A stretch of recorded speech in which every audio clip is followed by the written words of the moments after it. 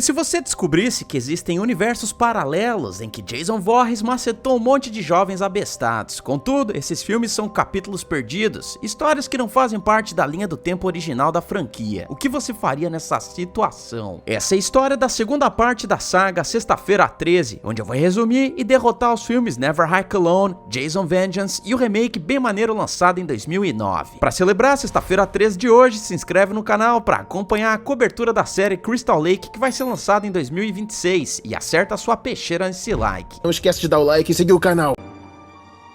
O filme se inicia quando vemos o alpinista Kyle dando uma de vlogueirinho pra câmera. E aí pessoal, tudo bem? O plano dele pro final de semana é subir a montanha que cerca Crystal Lake, o que é uma péssima ideia, e eu te explico por quê. Como se não bastasse a lenda sobre as mais de 100 pessoas que foram fatiadas pra viagem pelas mãos de Jason Voorhees, ainda tem uma regra que todos os alpinistas devem seguir: nunca faça uma escalada sozinho. Vocês provavelmente já viram aquele filme 127 Horas, onde um cara decide dar uma volta nos canyons de Utah, não viram? Então, caso você fique preso ou sofra um ataque da fauna local, não tem como você se comunicar com o mundo exterior, principalmente se a área da escalada não tiver sinal de celular. Portanto, Kyle deveria ter levado um parceiro de escalada para ajudá-lo na parada, mas não, bora entrar na zona amaldiçoada sem qualquer plano reserva. Parkour! Parkour! Parkour!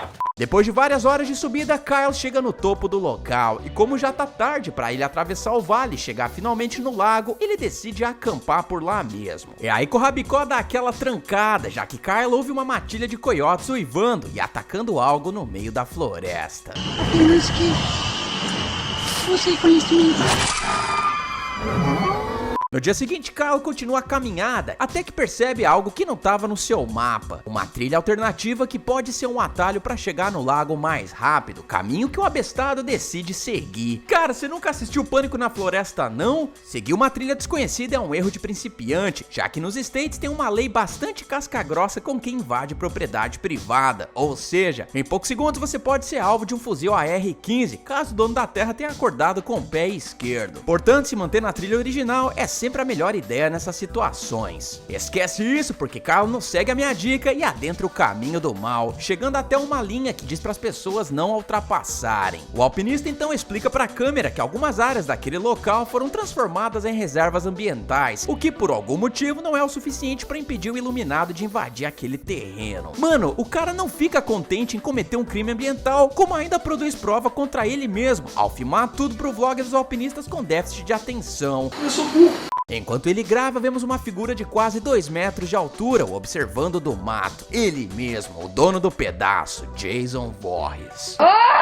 É aí que Kyle chega no final da trilha, reparando numa placa derrubada no chão, aquela que a gente muito bem conhece, Crystal Lake. O cara fica totalmente contente com a situação, porque olha só, o irmão mais velho de Kyle contava histórias sobre aquele lugar, e não somente isso, porque o parente jurava de pé junto que Pamela Voorhees foi finalizada, enquanto seu filho Jason assistia tudo da água do lago. Não bastando isso, Kyle era assustado na infância, quando o irmão dizia que Jason Voorhees ainda vivia por lá, e tramontinava qualquer um que entrasse no acampamento abandonado. Só que Kyle acha que é o bichão e revela pra câmera que não tem medo de fantasmas, o que é uma baita babaquice, já que no filme de Jason Vai para o Inferno, vários canais de notícia com abrangência nacional tinham justamente informado a população que Jason era real e que o FBI finalmente tinha o destruído. Porém, dias depois, os mesmos canais de TV afirmaram que Jason ainda vivia e tava na pista, já que ele tinha conseguido escapar. Pra todos os efeitos, a população ainda acha que o maníaco tá vivo. Sendo assim, o que Kyle tá fazendo naquele lugar? Isso não faz o menor sentido. Dane-se, porque o danado decide explorar, encontrando várias marcações dos policiais que investigaram um banho de groselha ocorrido no passado, o que acaba dando uma porção de easter eggs pra gente. Porém, algo chama a atenção do nosso destemido herói, já que ele vê uma lareira no local e decide acender o fogo, porém ele precisa se certificar de que a chaminé tá livre pra fumaça sair, e ao cutucar a estrutura o cara acaba derrubando um bicho abatido em serviço. Olha o estado de decomposição desse animal, é praticamente zero, ou seja, o que quer que tenha acontecido com ele ocorreu recentemente, e pior, a marca do ferimento não condiz com mordidas ou unhas, o que revela que ele não foi atacado por um predador. Não precisa ser o Dr. House para perceber que o bicho foi mandado pro além por um ataque de arma branca, mais especificamente uma faca, ou seja, o agressor é uma pessoa, ou ou quase isso nesse caso. Portanto, Kyle deveria ter se ligado que tem alguém ali com ele e que aparentemente tá muito irritado, o que é mais um motivo pro cara vazar de lá enquanto é tempo. Esquece isso, porque Kyle é corajoso e decide passar a noite no local, acendendo uma fogueira. Isso porque ele tinha pegado a trilha pra cortar caminho, hein? Como as views no YouTube importam mais do que a sua própria vida, Kyle simplesmente continua explorando o local, inclusive visitando aquele familiar local onde Jason quase se juntou à turma do Jack Sparrow quando enfrentou Chris Higgins. Sabe o que mais Kyle encontra por lá? Um souvenir de Pamela Voorhees. É aí que braços fortes nada gentis agarram Kyle por trás. O cara se debate e consegue escapar, porém mesmo fazendo cosplay de fantasma ele percebe que não consegue voar. É então que vemos um tanque de guerra do submundo se aproximando de Kyle e quase conseguindo cortar os seus tomates, que escapa na hora H. Porém o alpinista é debochado e vai tancar o Jason em mais um episódio de trocação.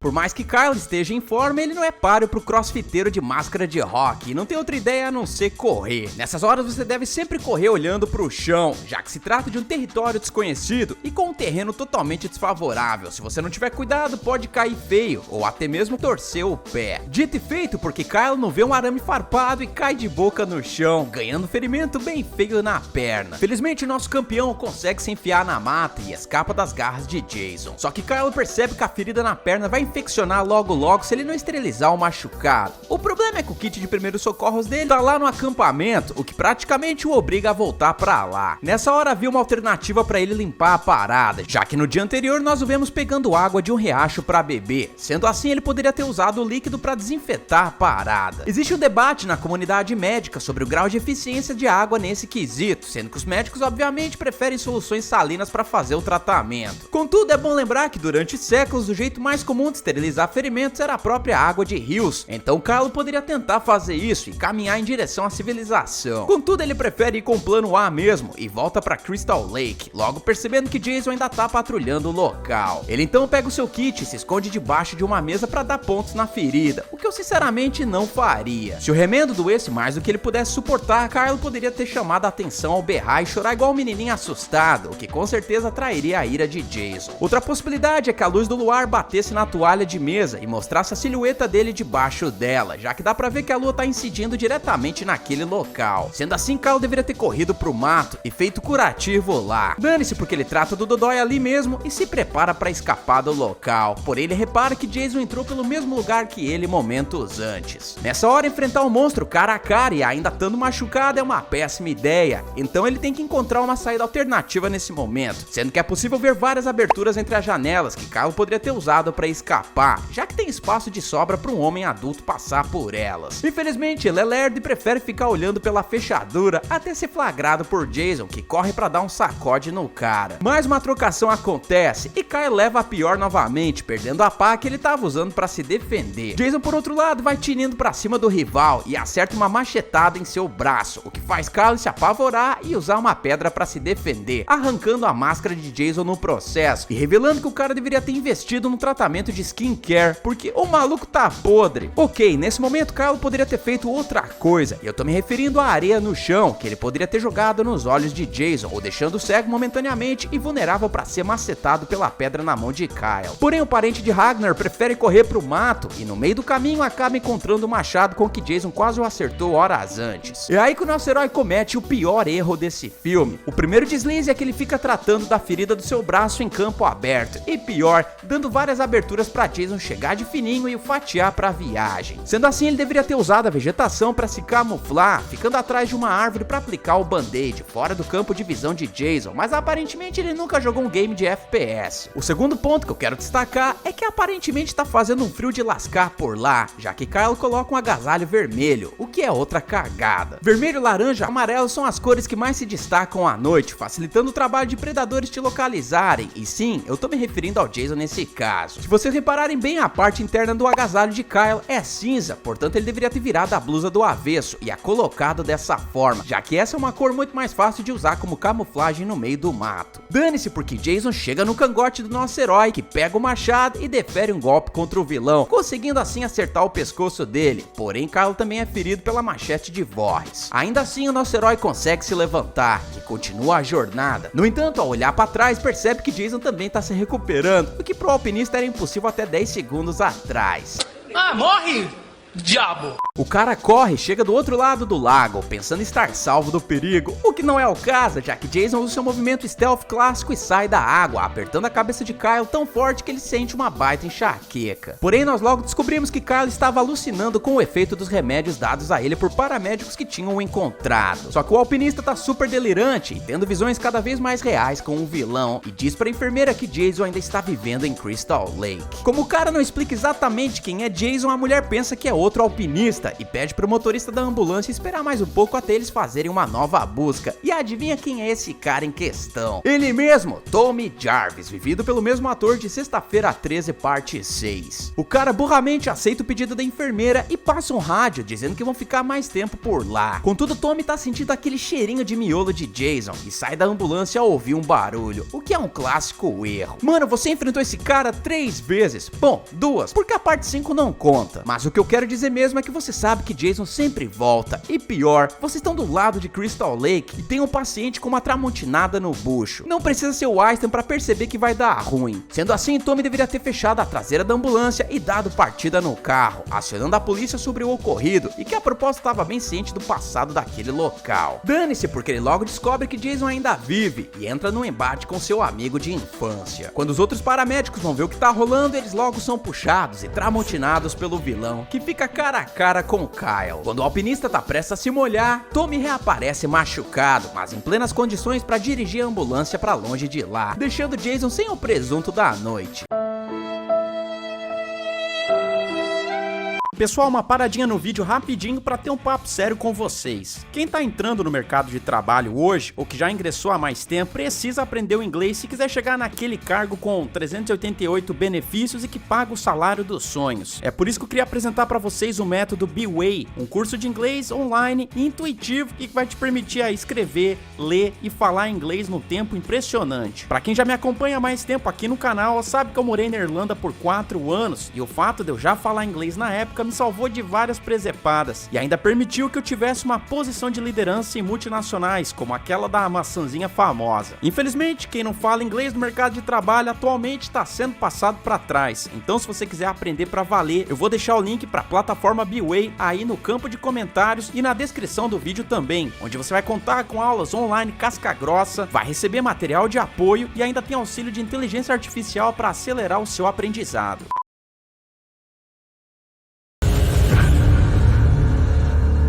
O filme se inicia nos arredores de Crystal Lake, quando conhecemos o jovem Mark, um abestado que viu alguns vídeos no YouTube sobre trilhas na floresta e simplesmente decidiu fazer a sua. O problema é que ele não pesquisou o local onde pretendia esticar as pernas, já que com uma simples busca no Google seria possível ver os mais de 337 desaparecimentos que ocorreram na região. Muito bom. Dane-se, porque ele logo dá de cara com Jason Voorhees e é perseguido pelo Burukutu. Como Mark tá mais perdido que cego em tiroteio, ele não tem a menor ideia de onde tá e resolve usar a chave do carro para encontrar o veículo. Uma coisa que Mark poderia ter feito nessa hora era ter virado a porcaria da jaqueta, colocando ela no avesso. Infelizmente, o amarelo se destaca muito no meio da floresta, sendo que a mesma coisa aconteceu no reboot de Pânico na Floresta, quando vemos Scott sendo chamado a atenção por usar uma jaqueta da mesma cor para entrar na trilha Apalache. A proposta, eu já fiz a saga toda aqui no canal, então clica nesse card para assistir depois. Infelizmente, o alarme do carro atrai Jason para lá também, e é aí que Mark se liga que o vilão deu um upgrade no arsenal de armas, porque agora Jason tem um arco e flecha.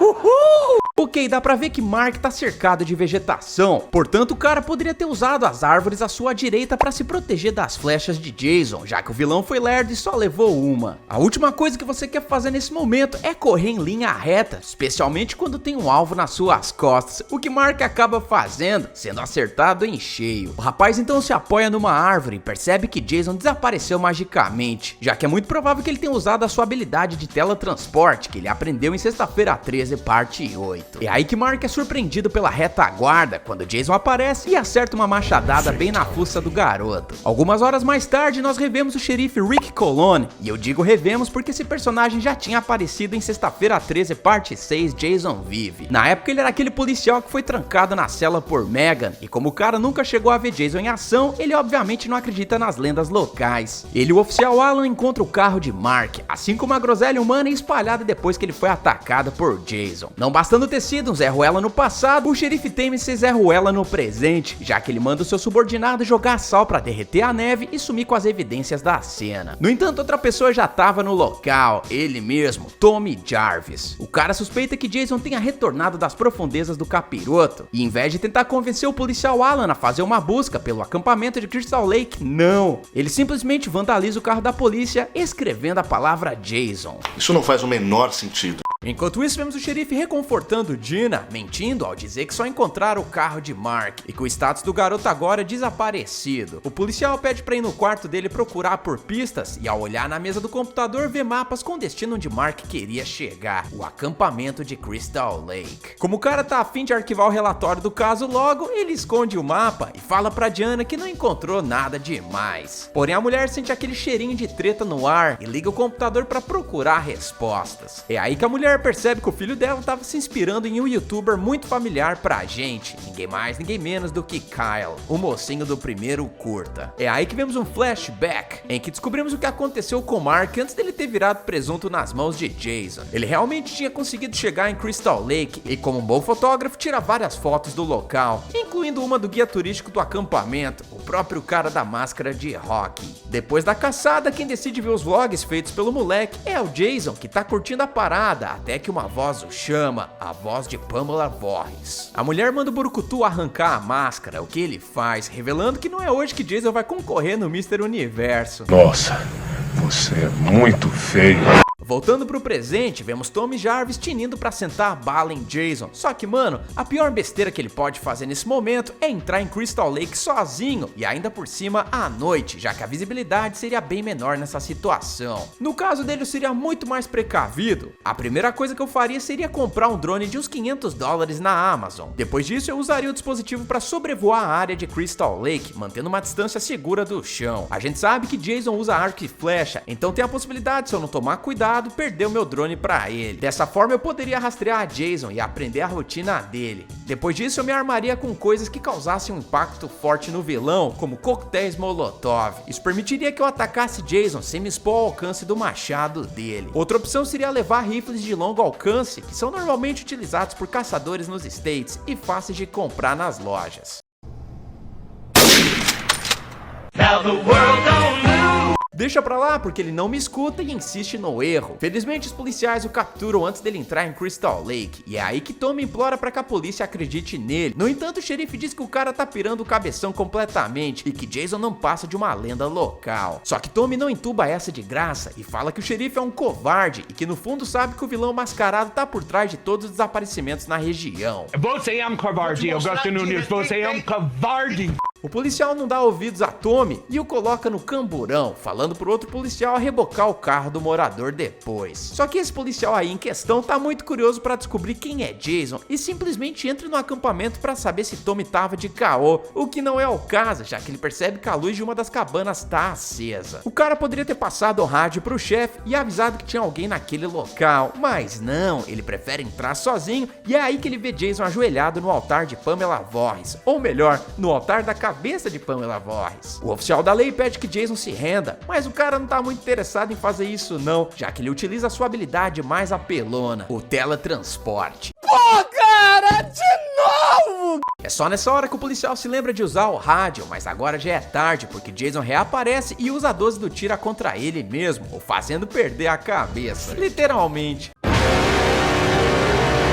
O filme se inicia na terra nublada de Crystal Lake, quando o inocente garotinho usando óculos fundo de garrafa admira a água do lago endiabrado. Ele mesmo, Tommy Jarvis. Do nada a gente vê o Tommy Jarvis versão terceira idade se aproximando do garotinho e o mandando ralar peito de lá, já que aquelas águas não são seguras. No entanto, o rapazola é teimoso e diz que quer brincar um pouco. O problema é que ele é forçado a fazer duplinha com Jason Voorhees, que sai da água usando seu melhor movimento aprendido com o Aquaman, pra arrastar o Tommy Jr. pra nas profundezas. Felizmente, tudo isso não passava de um sonho molhado, já que Tommy Jarvis, versão terceira idade, acorda dando um ataque de pelanca. Como o cara não teve a capacidade de se mudar de Crystal Lake, mesmo depois de enfrentar Jason 3 vezes, ele ainda tá sofrendo os traumas do passado, inclusive tendo alucinações com o Burukutu da máscara de Rocky. É aí que o cara se enfesa de vez e decide ir pro acampamento de verão acabar com a raça de Jason de uma vez por todas. Ok, Tommy merece uma estrelinha minha porque dessa vez ele optou por ir durante o dia, quando a visibilidade é melhor. A única coisa que eu faria diferente nessa situação seria levar uma arma com disparo rápido, como por exemplo uma metralhadora AR-15, facilmente encontrada nos mercadinhos dos States. Essa 12 de cano curto que Tommy carrega nas mãos tem espaço limitado para munição e demora um diacho para ser recarregada, o que daria tempo suficiente para Jason amolar a machete dele no pescoço de Tommy. Dane-se porque o velho não encontra nada e volta pro carro. Infelizmente, bem na hora que o xerife fanfarrão Rick tava passando pela vizinhança. O oficial da lei fala pra Tommy que Jason não existe e que ele precisa superar o passado. Porém, o velho diz que se o Brucutu não for real, quem diacho fatiou o policial Alan em Never Hike in the Snow, deixando o xerife dos óculos fashion sem resposta. Não sei. É aí que vemos alguém espiando os dois da floresta. Ninguém mais, ninguém menos do que Kyle. Pô, Ed, mas o cara quase se lascou nas mãos do Jason antes e mesmo assim decidiu voltar pra mata de novo? Então, pequeno gafanhoto, essas cenas que você tá vendo aí na tela, na verdade, se passam antes dos eventos do primeiro Never Hike Alone, sendo que os acontecimentos deste vídeo aqui estão acontecendo logo depois do prelúdio Never Hike in the Snow. Kyle é destemido e quer fazer a trilha pelas montanhas, sendo que a gente sabe como isso termina, não é verdade? Algumas horas mais tarde, nós vemos uma donzela e um cara cabeludo que parece o Kiko Loureiro dentro de uma barraca. O rapaz quer que a barraca continue armada, mas a mulher ouve um barulho no mato e fala pro cara investigar. Ok, vamos dar uma de National Geographic por aqui. Todos os estados nos Estados Unidos que são cercados por montanhas e florestas basicamente têm uma fauna bem diferentona, que reúne animais como linces da montanha, coiotes e principalmente ursos. Esses capirotinhos são territoriais e podem atacar caso você arme a barraca dentro da casa deles, portanto o Kiko Loureiro aí deveria ter garantido a própria segurança e de sua amada também. Para isso ele poderia ter levado aqueles sprays contra ursos que assustam animais selvagens muito comuns em acampamentos na América do Norte. Como nunca ninguém testou isso contra Jason em filmes anteriores, a gente não sabe como ele reagiria, mas como ele é um predador, possivelmente isso causaria algum tipo de impacto. Outra coisa mais óbvia que o Kiko Loureiro aí poderia ter levado seria uma tramontina de respeito, ou até melhor do que isso, uma arma de fogo, só pra defesa nesse caso. Esquece isso porque o cara vai sem nada e vê Kyle caído no chão. Ao acudir o rapaz, o mestre das trilhas fala que ele tem que desarmar a barraca, já que o Jason tava chegando, mas o Kiko Loureiro do Paraguai ignora o rapaz. Kyle então mete o pé de lá e ganha tempo precioso, já que Jason vai pra cima do Kiko Loureiro ultramontinando, sendo que o mesmo acontece com a mulher dele. Ok, Kyle vacilou feio nessa hora, já que sair correndo pelo mato e ainda por cima machucado é uma péssima ideia. O melhor nesse caso seria ele mandar a letra pro Kiko Loureiro e falar que o maníaco com machete tava no cangote dele. Tinha uma grande chance do Kiko Loureiro do Paraguai ter vindo de carro, já que ninguém seria besta de ir até o meio da montanha a pé. Sendo assim, os três poderiam ter escapado vivos, mas aparentemente Kyle gosta de manter um pouco do suspense no ar. É aí que o policial encontra Kyle cambaleando pela floresta e chama os paramédicos que, olha só,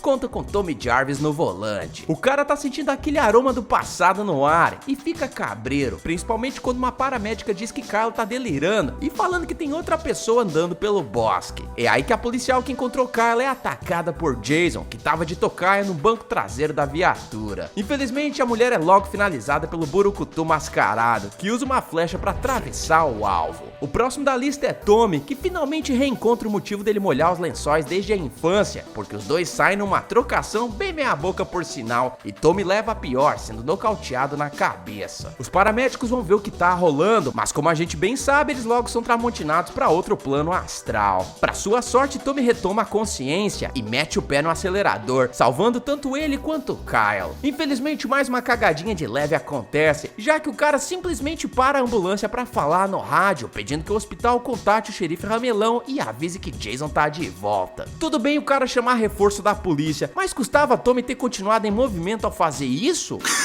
Mas que idiota. Eu digo isso porque Jason não demora muito pra usar o seu poder apelão de teletransporte e alcançar a Tommy, que revida com um tiro de 12 no peito do danado. Finalmente a gente tem uma física realista nesses filmes. Ok, se a tara de Tommy é em Jason, ele pelo menos poderia ter passado em cima do mascarado com a ambulância, justamente pra ver o que aconteceria, já que eu duvido muito que Jason conseguiria erguer um veículo pesado desse. Dane-se porque Tommy demora pra tomar um controle da situação e é atacado por Jason novamente, que consegue tirar um bifinho do ombro dele, o que inclui a logo do hospital onde Tommy trabalhava. Tommy e Kyle escapam novamente, mas agora lascou de vez porque Jason sabe exatamente aonde ir. No hospital nós revemos Diana, a mãe de Mark macetado por Jason no filme anterior. Ela tá se preparando para bater o ponto e tirar uma soneca, o que eu acho que não vai acontecer, já que Tommy chega na correria e fala pra mulher dar um trato em Kyle e garantir que ele sobreviva para convencer as pessoas de que Jason realmente existe. O problema é que tem uma pessoa que não acredita nisso, e eu tô falando do xerife fanfarrão. O maluco tá tendo sonhos com Alan e Tommy, e ao investigar os casos do passado, ele de alguma forma, que eu não entendi muito bem, chega à conclusão que Tommy é o responsável pelos desaparecimentos na região. O quê?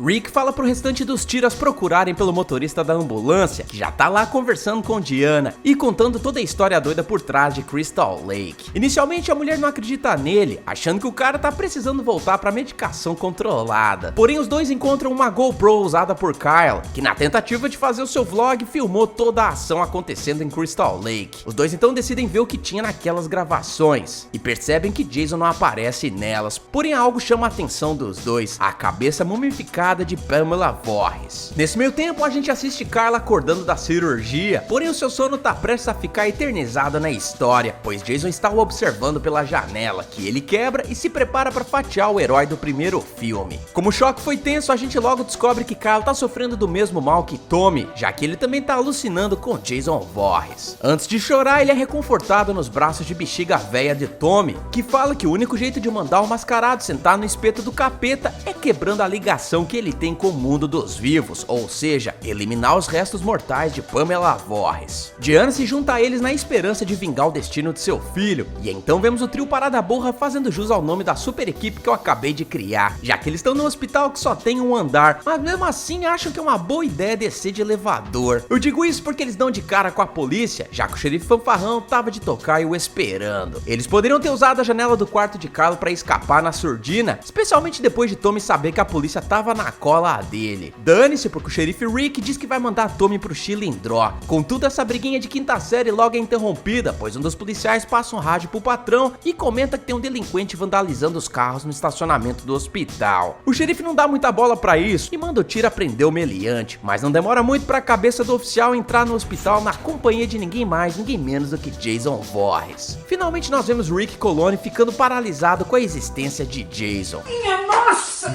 Os policiais ficam lá olhando pro meliante supremo de Crystal Lake e dão uns 2 tiros nele apenas, o que é um claro indício que eles deveriam estar com o ler nos dedos. Eu digo isso porque o pessoal poderia ter se empenhado um pouquinho mais e usado toda a munição pra finalizar o danado, já que eu realmente não entendo por que o pagador de imposto banca essas pistolinhas com mira laser se eles não usam pra porcaria nenhuma. Dane-se porque mais 2 tiras são fatiados pra viagem e vemos os funcionários do hospital correndo. É nesse momento que eu queria chegar. Alguém traga um prêmio pra essa anta que, em vez de correr pro lado oposto do hospital, não, ela tem que passar bem na frente do vilão, que aproveita a ocasião pra dar um calcinhão nessa lerda e sentar um equipamento de capinagem na fuça dela. O outro enfermeiro acha que vai escapar, mas é acertado em cheio nas costas, enquanto o xerife tem a sorte de Tommy não guardar rancor, porque ele o salva de virar marmita. Muito obrigado. O mais bizarro é que o Jason tá tocando um açougue dentro do hospital e os sobreviventes estão agindo tão preocupados que eles saem andando do local. Cara, se você tem um maníaco imortal na sua retaguarda, a única coisa que você vai fazer se realmente quiser sobreviver pra contar a história é correr mais do que nunca. Entrar na floresta pode ser um bom jeito de ficar de fora da visão do monstrão, que felizmente não tá equipado com o poder de GPS fajuto. Esquece isso porque os nossos heróis olham o estacionamento e percebem que Jason sabotou todos os carros. A gente também descobre que o vilão é fã de SUV, porque aqueles ali estão intactos. É aí que o Quarteto Maravilha quer fugir em uma das ambulâncias que ainda tá funcionando, mas Jason já tá cercando o perímetro, o que faz o xerife fanfarrão sair do esconderijo pra distraí-lo, o que não dá muito certo pro lado dele. Ok, você tem armas de fogo com mira laser, correto? Não seria mais fácil então o xerife ter atirado em um dos carros pra fazer o alarme disparar e distrair Jason no processo?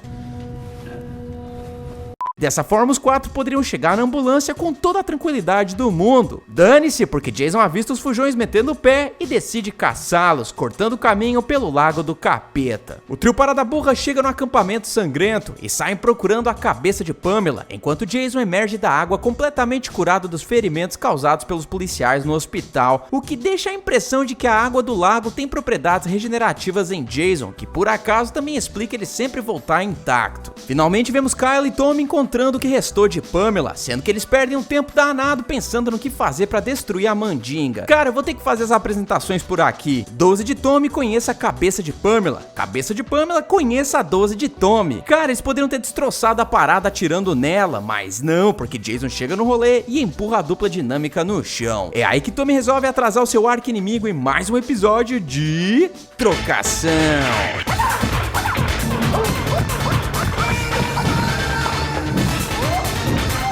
Infelizmente, Tommy é acertado por 2 flechas disparadas por Jason, o que também indica que ele finalmente liberou o limite do cartão para dar um upgrade no arsenal. Quando o Burukutu se prepara para dar o golpe final, vemos Diana chegando na festa e descarregando toda a sua fúria na cachola do danado, que, diga-se de passagem, só funciona por alguns míseros segundos. É aí que vemos Kyle chamando a atenção de Jason, já que ele agora tá com a bola da vez, quando mostra a cabeça de Pamela em suas mãos.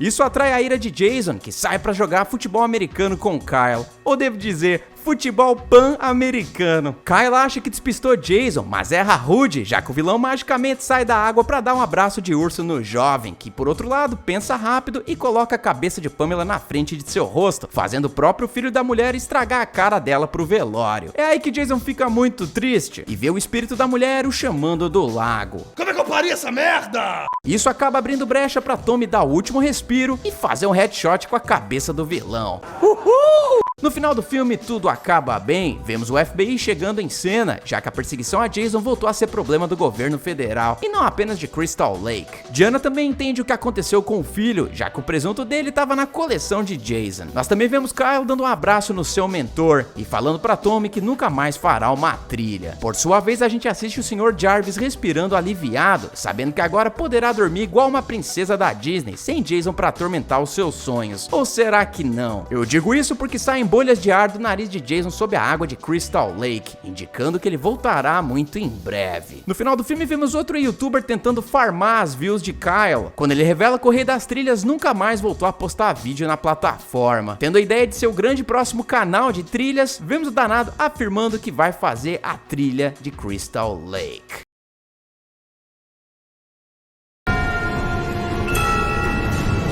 O filme se inicia em Crystal Lake, quando um homem sinistro contrata o serviço de um local para que ele coloque as lápides de Jason e Pamela Voorhees uma do lado da outra. O problema é que o coveiro de Araque diz que não conseguiu encontrar o corpo de Jason, o que deixa Elias Voorhees bastante infeliz. E sim, ele é o pai do slasher mais famoso da região. Me dá autógrafo. No dia seguinte, nós obviamente temos que ver o grupo de jovens pé no saco que decidem acampar no mesmo local onde centenas de pessoas foram pra vala em circunstâncias misteriosas. Derrotar qualquer filme de sexta-feira 13 é muito simples, basta que você nunca vá pra Crystal Lake. Segundo ponto, não faça um fap-fap gostosinho na barraca, já que isso serve de alarme pra Jason acordar, o que não é diferente nessa situação, já que o slasher acorda pra passar o facão em geral. O danadinho de óculos é o primeiro a se lascar à medida que Jason enterra uma pedra na fuça dele, sendo que o casal também não consegue escapar do clássico golpe de Jason, o Baraka Attack. Apenas uma garota mete o pé do acampamento, mostrando pra gente que ela é a mais inteligente aí, pois ela é resgatada pela polícia. O xerife da cidade, que acreditem ou não, também se chama Jason, coloca a culpa dos 3 presuntos num urso, e quem tá assistindo o noticiário é a Angélica, que tá passando o verão na casa do pai, nesse caso Tommy Jarvis. Na casa dele, a garota encontra um bilhete onde tá escrita a frase "Ele voltou", uma clara referência ao retorno de Jason. Eu só não entendi por que raios o pai deixou um bilhete aleatório desse jeito. Isso não faz o menor sentido.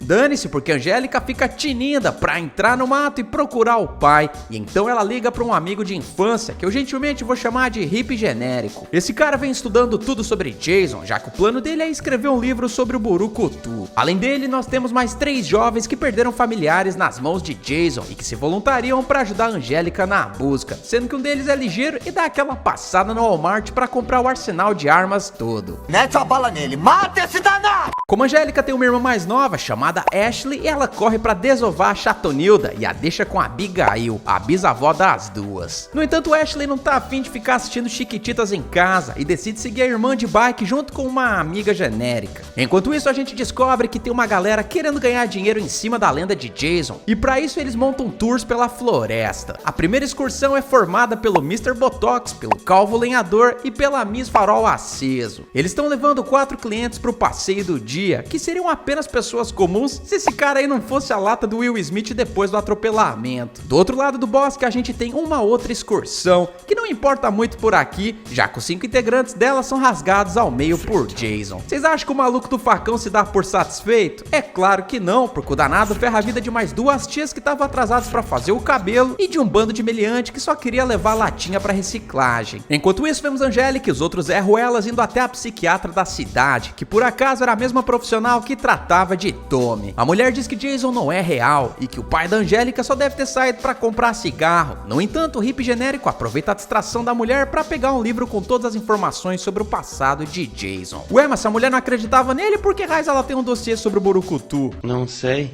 Dane-se, porque a ideia de Angélica e companhia é procurar Tommy num antigo acampamento sangrento, o mesmo onde Jason engoliu bastante água quando caiu no lago. Quem fica preocupada com o plano deles é a psiquiatra, que liga pro xerife e pede que ele mande reforço. Só que o policial não tá muito afim de trabalhar, porém acaba concordando em despachar 2 oficiais pra consertar a cagada de Angélica. E aí que vemos o xerife tendo um flashback, onde descobrimos que ele tinha sido monitor do acampamento sangrento. Não bastando isso, o cara ainda tava de plantão quando o pobre Jason se afogou, só que em vez de estar observando a molecada não, ele tava plantando a mandioca em Abigail, a bisavó de Angélica, que também era monitora da época. Infelizmente, a falta de atenção da dupla acabou mandando Jason de base, o que deixou Elias doido da vida e clamando por vingança. Ele mesmo entrou no lago e tirou o presunto do filho de lá. Não bastando isso, o cara encontrou o Necronômico, um livro da capirotagem onde tinha um ritual que ele usou para reviver o pirralho, só que dessa vez Jason voltou endiabrado. Por falar em Elias, ele é o cara mais aleatório nesse filme, já que em um segundo ele tá pedindo as horas pra 2 caçadores e logo depois tá cravando a Tramontina neles. Agora eu já sei de quem que o Jason herdou o talento de matador. Como a equipe produtiva não tinha ideia do que eles estavam fazendo nesse filme, por que não colocar mais um personagem entre os 326 já apresentados? Eu tô falando do caipira texano aí, que virou todas as cervejas da cidade e é convidado a se retirar de uma feirinha pelo policial de plantão. Eu não sei o que é mais bizarro, o fato das chaves do carro dele terem uma cereja azul de enfeite, ou se é o fato do policial se voluntariar pra dar uma carona pra ele. Dane-se, porque o mais bizarro é que o Tira simplesmente larga o caipirão no meio da floresta. Eu acho que ele tinha a esperança do cara se encontrar com Jason e dessa forma parar de encher o saco das autoridades. O problema é que o texano de Araque dá de cara com o jipe da galera da Angélica e simplesmente decide roubar a caranga que tava com todas as armas dentro do carro. Ah não, sério? Cara, você vai me dizer que o dono do carro deixou a janela aberta e ainda por cima com a chave do carro dentro dele? Parece que esse roteiro queria que Angélica e companhia simplesmente entrassem na trilha pra dar tempo pro texano roubar o carro. Eu digo isso porque eles vão pro meio da floresta sem uma arma sequer, o que é péssimo nessa situação, porque agora eles não têm nenhuma. Cara! O dono da caranga fica ali com cara de bunda, sendo que eles poderiam ter ido atrás do Jeep com a picape que uma das garotas veio dirigindo, mas não, bora não fazer porcaria nenhuma. Enfim, eles acabam encontrando os machados e facas genéricas que eles decidem usar pra se proteger caso deem de cara com Jason. Cara, nesse caso seria muito mais sensato voltar pra cidade e comprar mais armas, além de ser muito mais seguro retornar pra floresta durante o período da manhã. Entrar no meio do mato apenas armados com esse tipo de ferramenta e ainda por cima à noite é algo que eu realmente não faria. Dane-se, porque eles vão mesmo assim. E enquanto isso, vemos que o texano chavoso bate numa árvore e decide prosseguir a pé, finalmente encontrando Jason, que tá usando teflon por baixo da máscara. Muito bom. Eu acho que o orçamento do filme acabou nesse exato momento. O texano aí poderia ter usado todas as armas que ele roubou do carro pra ter uma chance de derrotar Jason, mas como a inteligência tá lenta, ele acha que uma garrafa de Budweiser vai fazer a diferença. Já vou adiantando, não vai não. É então que a noite cai e vemos os nossos heróis encontrando dos grupos da excursão assando marshmallow na fogueira. E adivinha o que eles fazem? Decidem se juntar a eles. O excesso de calor humano faz a galera ficar animadinha pra jogar golfe no lago, já que um casal decide se refrescar na água. 5 minutos depois, o Will Smith do Paraguai também resolve dar um pulinho por lá. E não bastando isso, a Miss Farol aceso encontra uma garota aleatória no meio da mata e adivinha o que elas vão fazer? Isso mesmo, se dá uns pegas no meio do nada. Que demais! Quem fica animadinha com a pegação é o Calvo Lenhador, que não percebe Jason chegando atrás dele e é logo finalizado sem dó. As duas garotas também são obrigadas a terminar mais cedo à medida que uma lança interrompe a diversão. É aí que a gente vê o amigo da Angélica ligadão no ar de fuquelagem e vai no lago ver o casal se refrescando. Mas o que cacetas tem nesse lago, meu Deus? A primeira coisa que a Angélica e companhia tinham que ter feito era ter avisado o bonde do Jason de que o Burucutu tava espalhando tripa pra tudo que é lugar nesse local e não ficar ali assando marshmallow. Outra coisa, será que esse povo não aprendeu ainda que se separar é sempre uma má ideia? Enfim, Jason aproveita a distração do Zé Ruela e o Tramontina numa só, o que chama a atenção do metelão dentro da água, que simplesmente resolve ver o que tava acontecendo só pra entrar na contagem também. Também não dá bom pra mulher fogosa no lago, já que Jason faz questão de apagar o fogo dela na água. Quem aparece pra salvar o dia é o Will Smith do Paraguai e seu taco de beisebol, que é tão resistente quanto uma raquete de matar pernilongo, já que a madeira se quebra ao bater em Jason e o deixa bravinho a ponto de impedir o Will de gravar Bad Boys 4. A amiga da Angélica também é surpreendida pelo danado, porém essa aí coloca a cabeça pra pensar e se passa pela mãe de Jason, o que confunde o cara por um momento. Nessa hora ela poderia ter colocado fogo nele, já que ela tava bem do lado da fogueira, mas não, porque a mulher também fica confusa das ideias e é logo tramontinada com gosto. Como o pai e filho estão competindo pra mostrar quem é o mais casca grossa por aqui, a gente vê Elias indo atrás de Abigail, da cuidadora da Abigail e do amante da Abigail, já que ele culpa os dois por não darem atenção no dia em que Jason se afogou. Eu só não entendi por que ele demorou 87 anos pra se vingar. Ninguém se importa. Dane-se, porque ainda sobra tempo pra ele se teletransportar pro meio da floresta e finalizar a policial que tava escoltando Ashley e a prima genérica de volta pra casa. É inacreditável, mas esse filme ainda acha tempo pra mostrar uma garota dançando pra câmera no meio da floresta antes dela ser arrastada por Jason. Depois desse tanto de presunto que eu vou sofrer pra colocar na edição, o trio Parada Burra finalmente chega no acampamento de Crystal Lake. É então que vemos o Hippie e a Angélica deixando a loira genérica vigiando a porta, enquanto eles fazem um tour pelo acampamento, o que é uma péssima ideia, já que Jason dá uma tramontinada na danada e a puxa pro meio do mato. Nessa hora, o Hippie e a Angélica deveriam ter barricado a cabana onde eles estavam e esperado pra surpreender Jason na surdina, mas não, porque eles simplesmente se separam mais uma vez e o Hippie decide se esconder debaixo de um barco jogado no chão. Eu não estou suportando mais.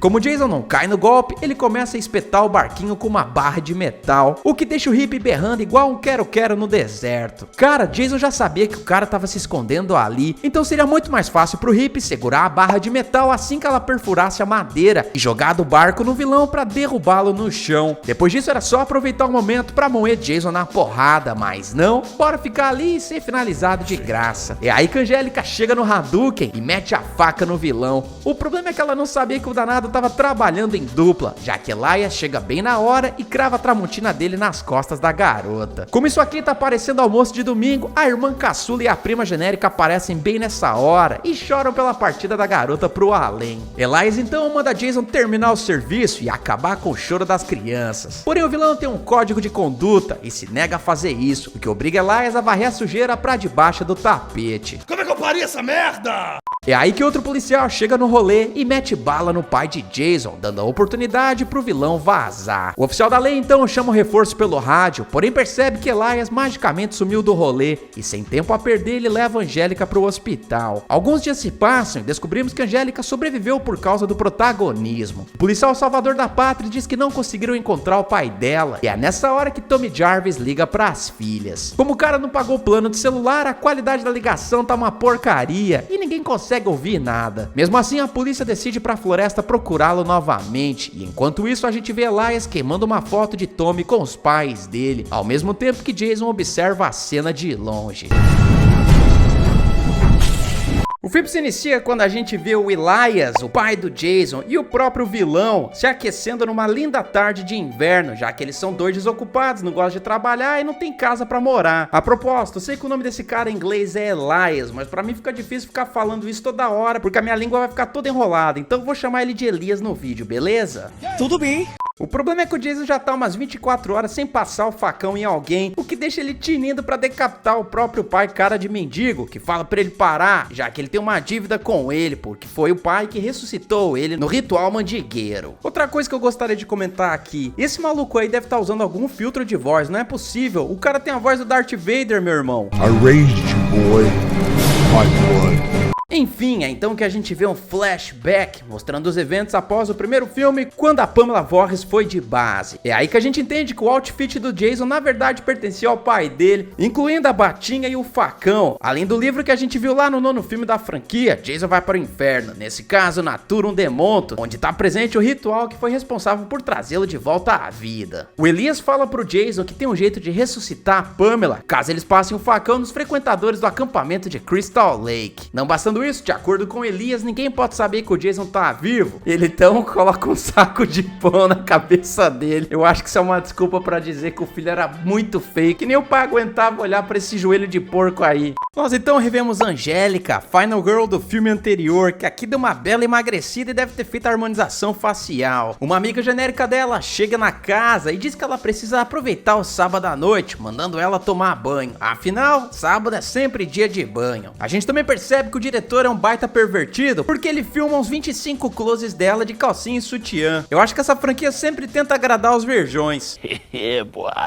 A garota então vai ver como é que tá a Ashley, a irmãzinha pela saco do filme anterior. No entanto, agora ela cresceu e tá curtindo aquela fase emo, já que ela tá ouvindo Fresno no fone. Enquanto isso, em mais de 27 núcleos que esse filme tem, a gente vê o xerife do condado indo no necrotério, onde as vítimas do filme anterior estão todas estiradas. Eu acho que eles fizeram esse filme meio na pressa, porque esqueceram de dar o microfone pra ele, já que a voz dele tá horrível e não dá pra ouvir nada. Well, considering we just lost Sheriff Real. Outra coisa, o xerife, 3 policiais e 40 cidadãos foram de base pelas mãos de Jason e seu papai. Ou seja, a esse ponto, a operação aqui tinha que estar federalizada. Portanto, o FBI deveria ter sido chamado justamente para investigar e iniciar uma caçada atrás dos 2 ramelões. Mas não, aparentemente as leis federais não se aplicam a esse filme aqui. Enquanto isso, a gente vê um grupo de amigos indo acampar nas florestas de Crystal Lake, o que é uma baita burrice, porque como eu já disse aqui, em mais de 15 vídeos da saga Sexta-feira 13, pesquise muito bem o lugar onde você pretende acampar, porque se essa galera tivesse feito isso em pleno século 21, onde já tinha internet, eles saberiam que o Jason tava passando facão em geral, mas não, bora lá correr o risco de ser tramontinado também. Eles acabam chegando num casebre abandonado e encontram um manequim debaixo de um lençol. Agora, por que tem um manequim lá? Eu não tenho a menor ideia. A galera então decide acampar, sendo que 2 garotas vão aliviar a bexiga, enquanto o parente do Beetlejuice decide pegar a lenha pra colocar na fogueira. No entanto, ele percebe que tá próximo das garotas e decide dar aquela espiadinha. Afinal, o cara deve ser chegado em Golden Shower. Como o Jason não gosta de pervertidos, ele passa o facão no danado, abrindo a nossa contagem de presuntos. E ainda bem, porque já passaram 20 minutos de filme. E aí que a gente descobre que esse grupo de exploradores na verdade não são turistas, e sim resgatadores que estão indo atrás da Ashley. Isso mesmo, a irmã pela saco da Angélica. O mais incrível é que eles foram lá amando do xerife local e não levaram jeito de se defender, como eu falei anteriormente. Ou seja, eles sabiam do risco do Jason tá ali, porque o cara já tinha mandado 40 pessoas pra vala e simplesmente decidiram ir lá de mãos abanando. Quem se dá mal é o outro cara que chega no acampamento de Crystal Lake só pra ser tramontinado e ver o próprio queijo goiabada que ele tinha comido no dia anterior cair pelo chão. O líder do grupo tenta ajudar o cara, mas já é tarde demais, sendo que ele tem a cara assada igual marshmallow pelas mãos de Jason. Quem vê tudo é a Ashley, que chega bem nesse momento e obviamente bate em retirada. As 2 Marias mijonas também se dão mal, já que elas correm de Jason, porém ele novamente usa a sua melhor habilidade, o teletransporte. We are back, baby! Uhul! A primeira tem a cabeça atravessada pela picareta de Jason, mas também ela não vai precisar do cérebro, já que ela não usou até esse momento da vida dela. Já a segunda magicamente para de correr pela floresta, o que é um erro, já que caso você queira derrotar esse filme, você tem que estar sempre em movimento, especialmente na região de casa do Jason, ou seja, na floresta de Crystal Lake. Portanto, ficar parada ali esperando seus amigos chegarem é com certeza uma péssima ideia. Eu digo isso porque ela tem o bucho espetado pela picareta de Jason, que fica com fome e simplesmente decide arrancar as tripas dela. dela. Olha, uma coisa que não dá pra falar mal desse filme são as finalizações, porque, cara, eu nunca vi uma brutalidade num filme de Jason quanto esse aqui. Nem mesmo nos filmes oficiais o gore é tão expositivo. Então por isso que eu tô tendo todo esse trabalho pra borrar as cenas. Nós então revemos o xerife Forster, um dos policiais que sobreviveu ao encontro com Jason no filme anterior. O problema é que todo mundo ali já sabe que é o Jason que tá fazendo as traquinagens na floresta. Só que o policial, ao invés dele sair, montar uma força-tarefa, levar uns cães de caça pra rastrear o paradeiro do assassino, não. Ele prefere colocar o traseiro dele na cadeira e comer tudo que você possa imaginar. E eu digo tudo mesmo, porque o cara tá tomando um cappuccino chapado de açúcar, um folhado que com certeza deve ser feito com mussarela e as rosquinhas do Homer Simpson. É mesmo, é? A polícia então vai lá pro acampamento de Crystal Lake e acaba encontrando a garotinha, que fala pro xerife fazer o trabalho dele e pegar o desgramado do Jason. No entanto, o cara não gosta muito do desaforo e fala que ela agora tá de lockdown, obrigando a garota a fazer sessões de terapia pra provar que Jason não existe. Mas peraí, cara, e os 40 presuntos da noite anterior? Que viagem é essa, velho? Nós então conhecemos dois caipiras, nesse caso Arthur e o outro cara que você já deve ter visto antes, nesse caso Walt. Ele agora trabalha pro vilão. A gente também tem o Arthur, que se vocês repararam bem, já viram esse cara nos meus vídeos derrotando a morte de dar parabéns 1 e 2, onde ele vive o serial killer que fica lá no hospital. Enfim, o Elias quer porque quer que o Walt vá na cidade e sequestre as duas irmãs, nesse caso Angélica e Ashley. O Walt tenta protestar e fala que isso é um crime. É meio hipócrita se preocupar com a lei e ajudar um foragido da justiça, né? Isso irrita Elias, que pega a mãozinha dele e coloca na ponta da faca. O mais sensacional é o Arthur olhando tudo como se ele estivesse ali assistindo um filme. Mais tarde a gente vê o Elias dentro do esconderijo dele e olha só o que tá com ele também, a cabeça de Pamela Voorhees. De alguma forma que eu não entendi, a mulher fala com ele, mas não fica claro se é realmente um devaneio da mente dele ou se ele tem algum poder paranormal. A mulher diz que ele tem que matar Tommy Jarvis, já que ele foi responsável por ter fatiado Jason no quarto filme da franquia e também de ter enterrado o cara no fundo do lago no sexto. Enquanto Angélica desabafa com uma amiga sobre estar ainda à procura do pai, a gente vê Ashley vendo a picape do velho, só que não é o cara que tá dentro do carro, e sim o Walt que sequestra a garota, obrigando a Angélica e a amiga genérica dela a irem atrás da irmã. É aí que elas reparam que o Walt deixou um mapa com a marquinha do dedo dele apontando exatamente o local onde ele tá levando a garota. Por que ele fez isso? Bom, o roteiro tenta explicar, mas eu realmente achei que a explicação não foi nada satisfatória. Algumas horas mais tarde a gente vê que Ashley foi presa pelo Elias, que pergunta onde que a irmã dela tá. Só que, mano, como é que ela vai saber onde a irmã tá se ela tá presa aí? Mas é burro!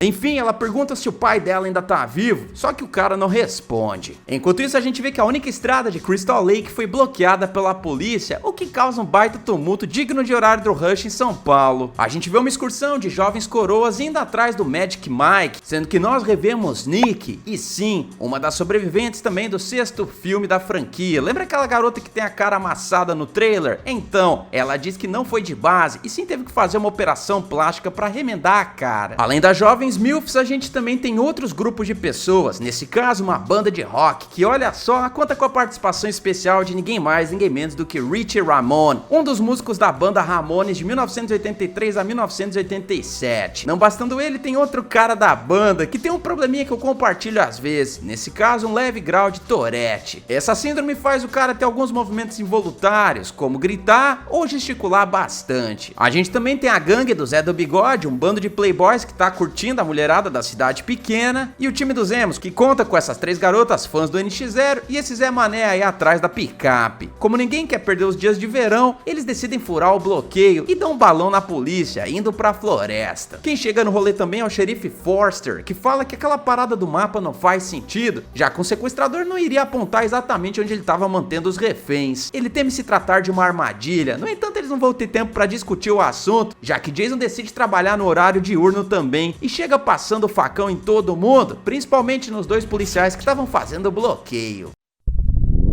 Já se inscreveu no canal? Cadê o like? É aí que o bicho pega, já que muita gente vira presunto nessa sequência. Isso inclui uma garota que tem o esôfago tirado igual um chiclete bubalu e uma tia que fica ali simplesmente olhando, esperando a vez dela de ser tramontinada também. Olha só, todo mundo tá ciente que o Jason tá no local, correto? Sendo assim, o lugar mais lógico para se esconder e sobreviver ao confronto com o vilão é debaixo dos carros, de onde o Jason não conseguiria vê-los. É então que o xerife, a Angélica e a outra amiga genérica se escondem de Jason, só que eles ficam na lateral de um carro carro, que olha só, é conversível. E mesmo tendo mais que 1,80 m, o cara não vê os potenciais presuntos bem ali. O que me leva a pensar, será que ele tava com algum tipo de conjuntivite? Porque não é possível. O trio para da burra presta socorro aos policiais abatidos, sendo que a amiga genérica percebe que eles já estão pra lá da salvação. E o que ela faz a seguir? Ela simplesmente sai correndo pro mato sem motivo nenhum. Muito bom. Nesse balaio de facão, geral se dá mal, incluindo uma mulher que é macetada na porta de um carro, uma tonta que fica ali por algum motivo sem fazer nada e vai de base também, 3 músicos bestas, o guitarrista, 3 pois que estavam indo lá ver a apresentação do Magic Mike e esse ladrão de cerveja que mesmo vendo o Jason do lado do carro, simplesmente vai lá e tenta roubar a cerveja da gangue do bigode. Enquanto isso, a gente vê o Elias muito bravinho com o Walt, já que ele pediu para ele sequestrar as 2 garotas e não apenas a pela-saco da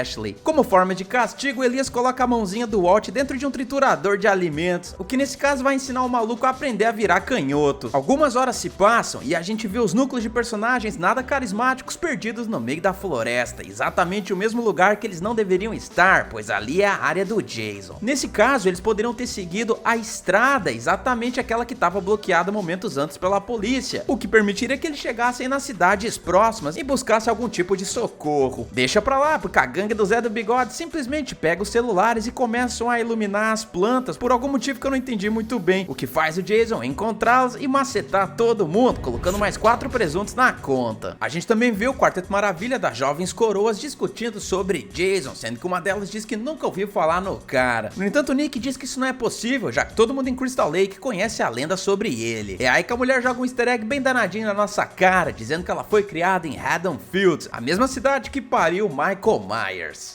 I grew up in Haddonfield. Eu entendi a referência.